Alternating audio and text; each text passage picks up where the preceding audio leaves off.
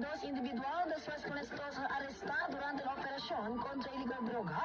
Continúa ahora así emboscada el personaje del Barangay Council del Santa Maria na encabezamiento del Honorable Kapitan. No hay más puede escapar un 25 años esposo na mano del otoridad. Papatas ang komentaryo.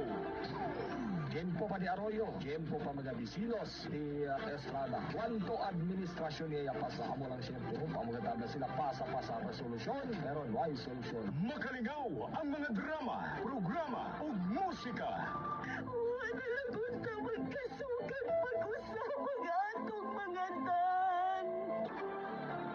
Ug kinasing-kasing ang serbisyo publiko.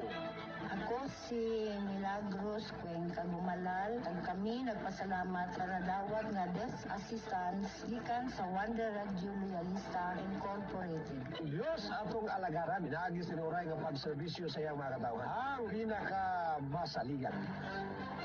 Broadcasting from Asia's Latin City and Southern's capital of the Philippines, Zamboanga City. Kini ang 105.1 Wonder